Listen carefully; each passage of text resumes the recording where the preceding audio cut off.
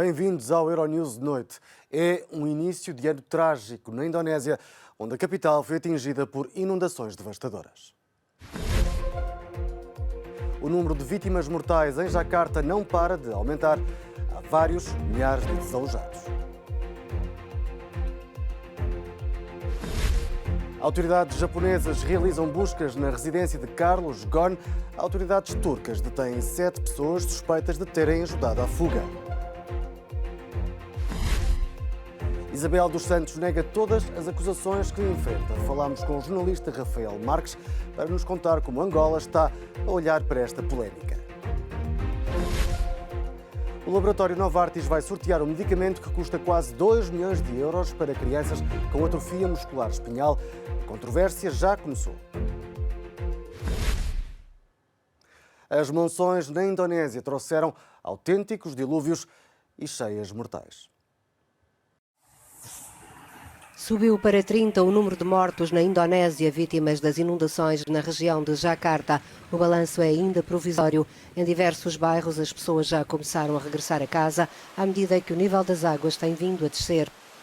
As violentas chuvas ocorridas durante a passagem do ano provocaram desabamento de terras e submergiram muitos bairros da cidade.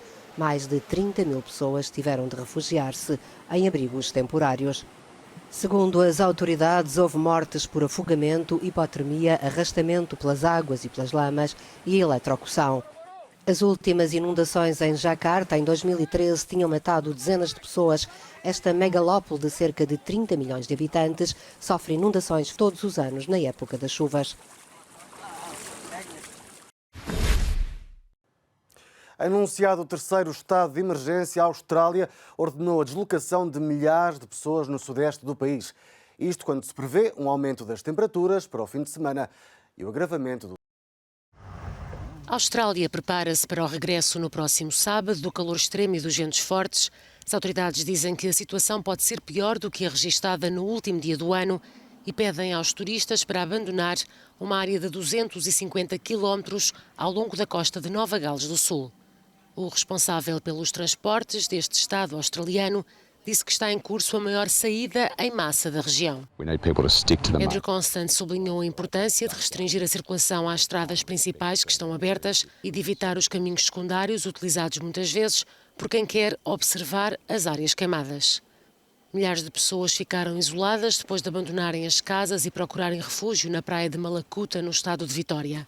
Barcos da polícia e da marinha estão destacados para garantir o fornecimento de água, combustível e alimentos e para as operações de resgate. O primeiro-ministro pede calma. Diz que é impossível controlar um desastre natural, mas considera importante controlar a resposta à catástrofe. Pede apoio para que quem está no terreno em situação de risco tenha condições para trabalhar.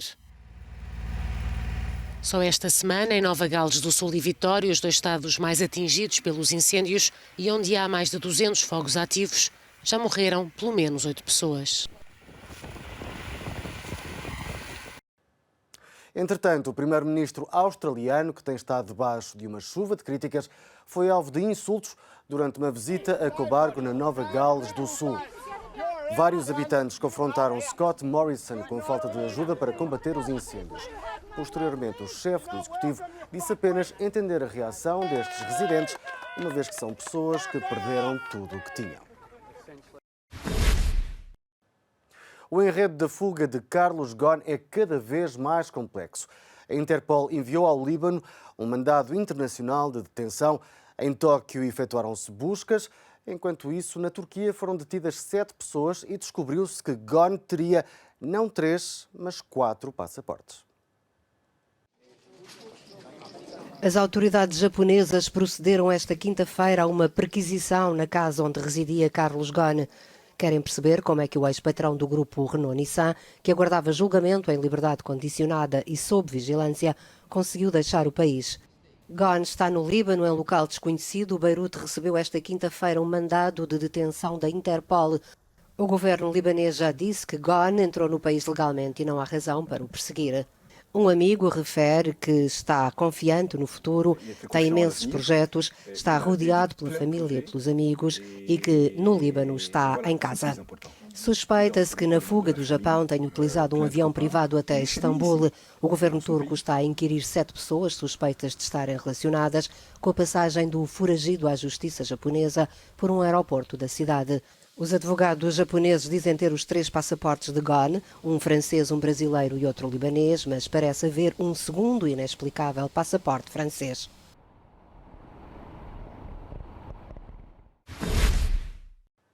A empresária angolana Isabel dos Santos levou para as redes sociais a reação ao congelamento de bens de que foi alvo. A Euronews falou com o jornalista angolano Rafael Marques sobre as implicações desta controvérsia em torno daquela que é muitas vezes apontada como a mulher mais rica de África. Isabel dos Santos passa ao ataque depois de ver arrestados bens e congeladas contas bancárias. Em cerca de uma dezena de publicações na sua conta de Twitter, a filha do antigo presidente de Angola, José Eduardo dos Santos, afirma que a decisão tem motivação política. Acontece numa altura em que é vital para a economia angolana atrair investimentos estrangeiros e é um mau sinal para o setor privado. Já numa transmissão em direto no Instagram, quarta-feira, a empresária dizia ter sido apanhada de surpresa pela decisão judicial, acrescentando não ter recebido qualquer notificação. Para o jornalista Rafael Marques, foram seguidos os trâmites legais. A questão essencial do arresto, e isso está bem explicado por vários juristas, é uma providência cautelar que não requer a sua presença. Não tinha de ser ouvida. E são as leis que o seu pai deixou. Mesmo em Portugal, também tem o mesmo efeito. De modo que não era necessário ela estar presente em tribunal para que esta providência cautelar tivesse provimento. E ela também, como é sabido, está foragida de Angola. Rafael Marques lança duras críticas a Isabel dos Santos e diz que a providência cautelar era o passo necessário. Quanto mais a Isabel fala, mais ela se expõe e mais ela demonstra o seu nível de prepotência e de arrogância, contando que ainda tem algum poder. Obviamente que as pessoas estão contentes com o que se passa porque não haveria combate sério à corrupção sem que os bens da Isabel dos Santos fossem arrestados, porque grande parte dele pertence ao Estado angolano. E Isabel esquece também que é das figuras mais detestadas deste país, precisamente por causa desta sua arrogância. Hoje faz-se de vítima e faz-se de pessoa que defende os direitos, que exige direitos, e durante os anos de ditadura do seu pai, os anos de repressão do seu pai, Isabel nunca se manifestou. Por exemplo, ela hoje diz que não vem em Angola porque não há segurança em Angola. Quando os esquadrões da morte matavam aqui milhares de angolanos, no governo do seu pai, alguma vez Isabel dos Santos se pronunciou contra estes crimes? Nunca.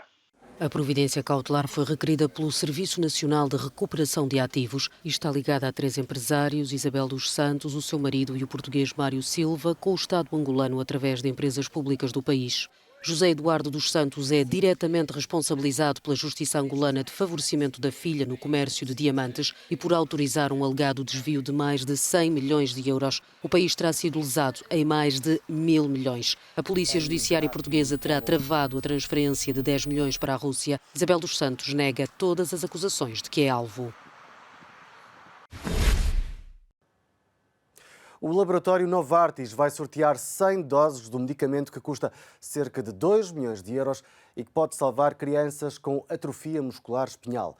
Há quem elogie a iniciativa, mas a polémica está lançada. O medicamento que permitiu dar esperança à vida das bebés Matilde e Natália vai ser atribuído gratuitamente a 100 crianças em todo o mundo. O laboratório Novartis está a promover uma espécie de lotaria para atribuir as 100 doses que tem do tratamento genético Zolgensma a crianças com menos de 2 anos. A intenção pode ser boa, mas o critério levanta muitas dúvidas. David Lennon, o presidente da Avexis, justifica a decisão. Infelizmente, há muitos bebés que precisam desta medicação e não conseguimos produzir o suficiente e rapidamente para os tratar a todos. Esta foi a única maneira de pensarmos em fazer uma atribuição justa e equitativa do produto que está disponível. Mas como explicar aos pais que ter ou não tratamento para os filhos é uma questão de sorte? As organizações de apoio às famílias defendem critérios clínicos. Precisamos realmente de fazer com que os médicos decidam quem precisa do tratamento. Não podemos ter uma empresa farmacêutica a decidir você vai receber ou não este tratamento. Deve ser um médico e de acordo com as prioridades clínicas. Este casal, tal como os pais da Matilde, conseguiu obter a terapia para a bebê Pia através de um site de crowdfunding. A mãe de Pia acha que as empresas farmacêuticas poderiam fazer mais. Houve um relatório independente afirmando que, tendo em conta todos os custos de produção e investigação, há ainda um lucro incrível para a empresa. O valor real seria de cerca de 900 mil euros. Isso é menos da metade do que a empresa está a pedir pelo medicamento neste momento. O Zolgensma custa uma fortuna, cerca de 1,8 milhões de euros. A Novartis promete aumentar a produção e baixar o preço. Entretanto, faz com que salvar uma criança com atrofia muscular espinhal seja uma questão de sorte. Para perceber a gravidade da atrofia muscular espinhal e as potencialidades do novo medicamento, falamos com o presidente da organização SMA Europe, Messia de Lemos Belmonte. A atrofia muscular espinhal é uma doença rara, degenerativa e de origem genética. Provoca debilidade em todos os músculos responsáveis pelo movimento voluntário. Esta debilidade acontece devido à ausência de um gene responsável pela produção de uma certa proteína necessária para o sistema funcionar. Desta maneira, as pessoas afetadas por atrofia muscular espinhal vão perdendo gradualmente a mobilidade, incluindo o andar, o movimento dos braços e até respirar ou engolir. É uma doença genética, por isso vai estar sempre presente.